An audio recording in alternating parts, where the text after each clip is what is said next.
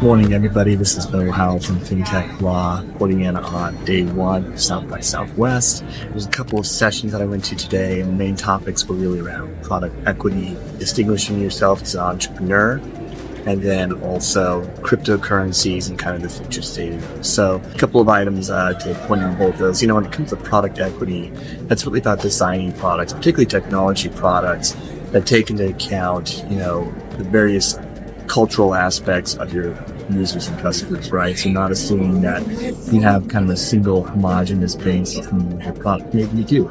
But if you have a pretty diverse base, when you're designing the product, when you're pitching it, you really should keep in mind how cultural differences, even at a local level, can impact the use and adoption of your product. So, a lot of that focused on kind of DEI-related initiatives, equity and inclusion. And what was interesting about that discussion is how even big firms struggled with this, right? So when the speakers that were there were from Uber, Adobe, and Visa, right? Very, very large multi-billion-dollar companies, global companies, certainly with the bandwidth to have DEI and product equity teams involved in the production process. And even they get it wrong, right? So the big question for me was, well, how do startups get it right? Especially if you don't have a lot of diversity on your founding team. So on the product and equity development, equity inclusion, the product development process, a lot of the discussion centered around how do you get that involved at the very early stages of product development? How does that penetrate all the way down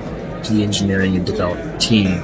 Especially if you're with a small company, right? I was talking with my wife afterwards, who is on the DEI committee for her company, and it's a very diverse company, right? So they have a lot of that built into their DNA. But you may be a startup company out there that doesn't have a lot of diversity on its founding team. And so how do you kind of consider some of that when you're building it? And I think, to me, the answer is probably, reach out to not only users, but people within your network, people with different cultural backgrounds, especially in target markets that you're looking to penetrate. But don't just assume that every user's going to look the same, they're going to look like your team. Really focus on considering how they're going to access it. One of the good stories that was told during those sessions was how Uber took a product that was working very well here in the United States and wanted to deploy in China. They did that. They basically lifted out the same product and moved it over.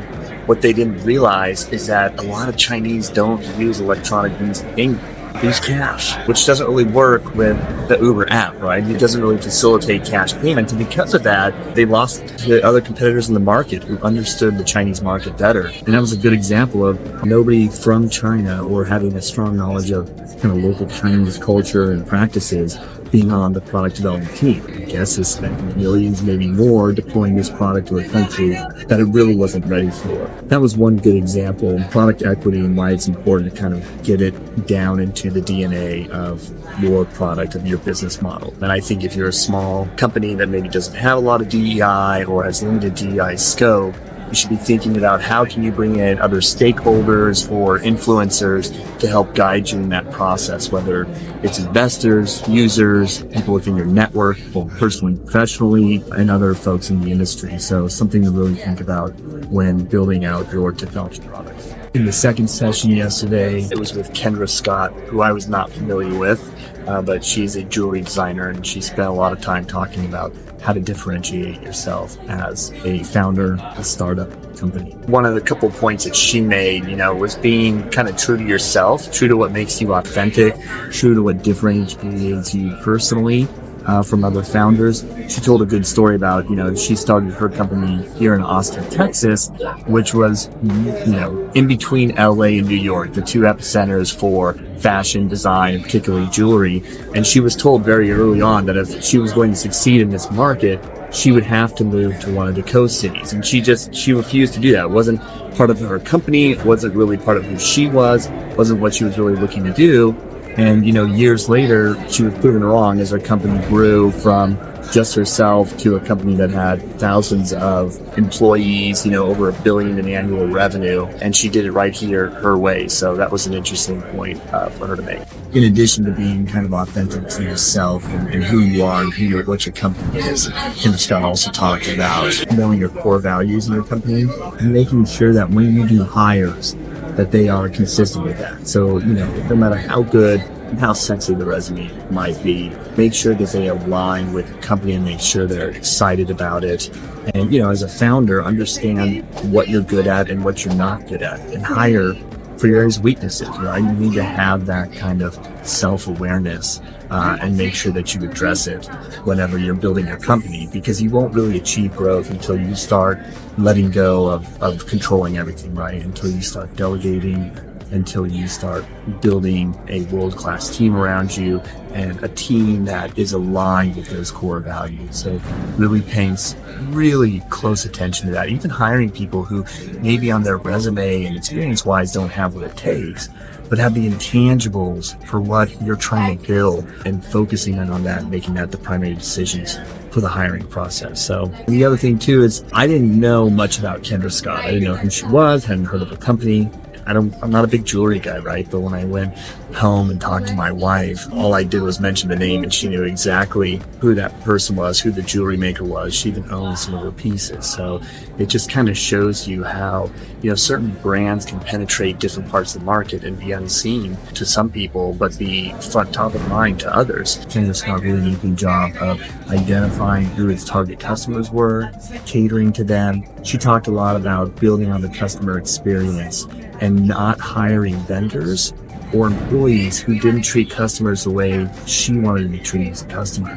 She told a story about how, part of what they built was the ability for multi-generation customers to come together and experience kind of the jewelry making process, which nobody else was doing. And so, for her, it was more than just about building transactional business, right? It was about building a business that created memories and relationships with people. And she said, look, when you're dealing with the customer, don't focus on the transaction. Don't focus on the sale. Focus on the relationship. Once you've connected with that customer and you understand their wants and needs, you're going to get the transaction, right? Or you're going to find out that it's just not the right fit for them and you can move on. So you definitely want to take your time understanding your customers, understanding their strengths and weaknesses, and really focusing on their needs. Customer's always right. You hear it a lot. Don't let your ego get in the way. Every piece of feedback from a customer is worth considering.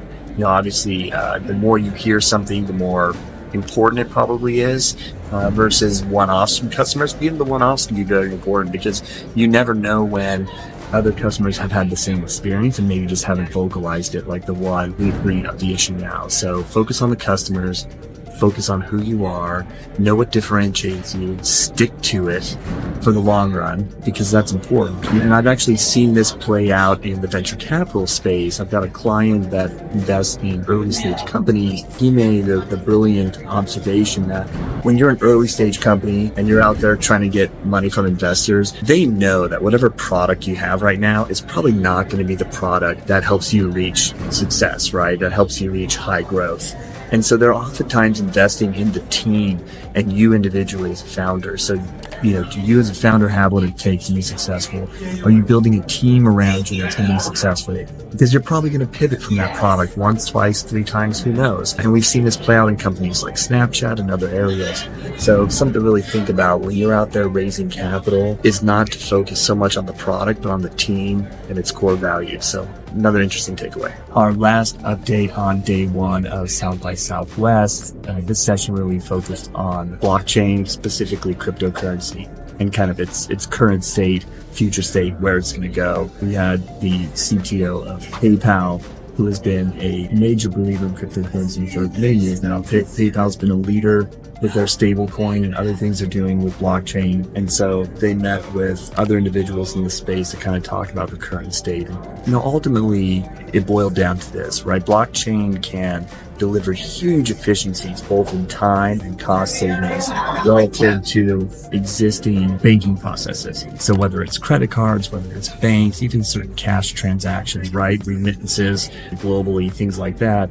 Blockchain can deliver huge efficiency, but in order for it to really become a permanent part of the ecosystem, the economy, it needs to get to a massive scale, right? Something on the same use of fiat currency. You can't just have small parts of the economy using cryptocurrencies and blockchain-based digital assets. It's just not going to work, right? You need it to not only go mainstream, like within a country, but probably mainstream within multiple countries, so that it's really the value proposition of it increases exponentially. So they talked a lot about that.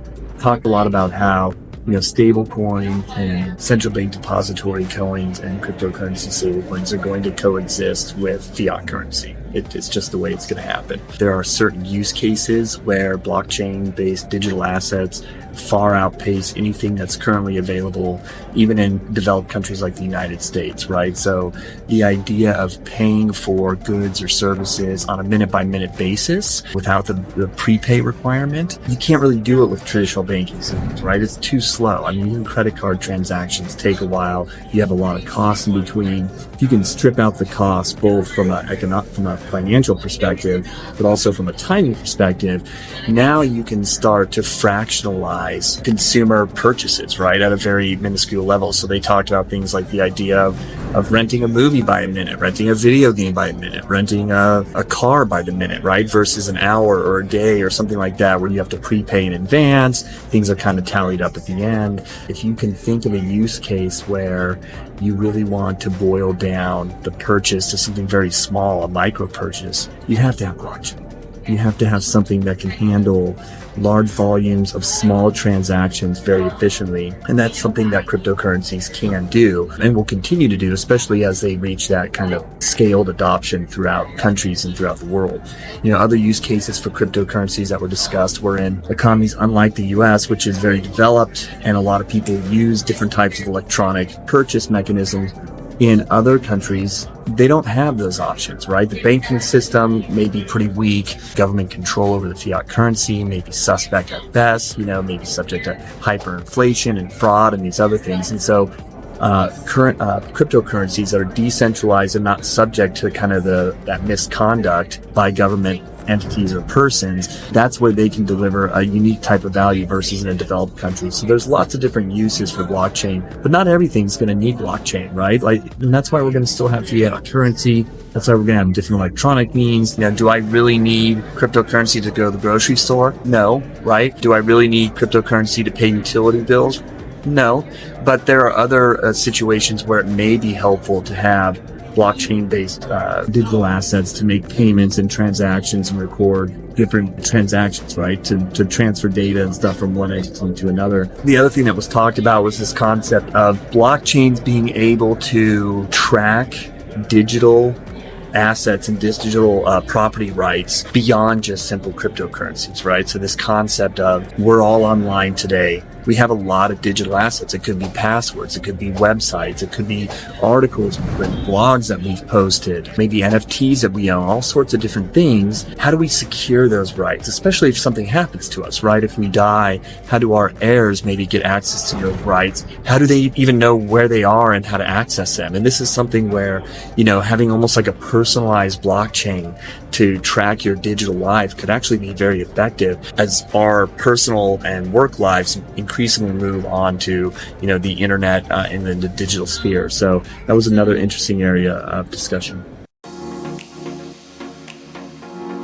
Hey everybody, Bo Howell here, day 2 of South by Southwest. Today's morning conference really focused on fundraising in the down market. Had some interesting points for investors and also for founders.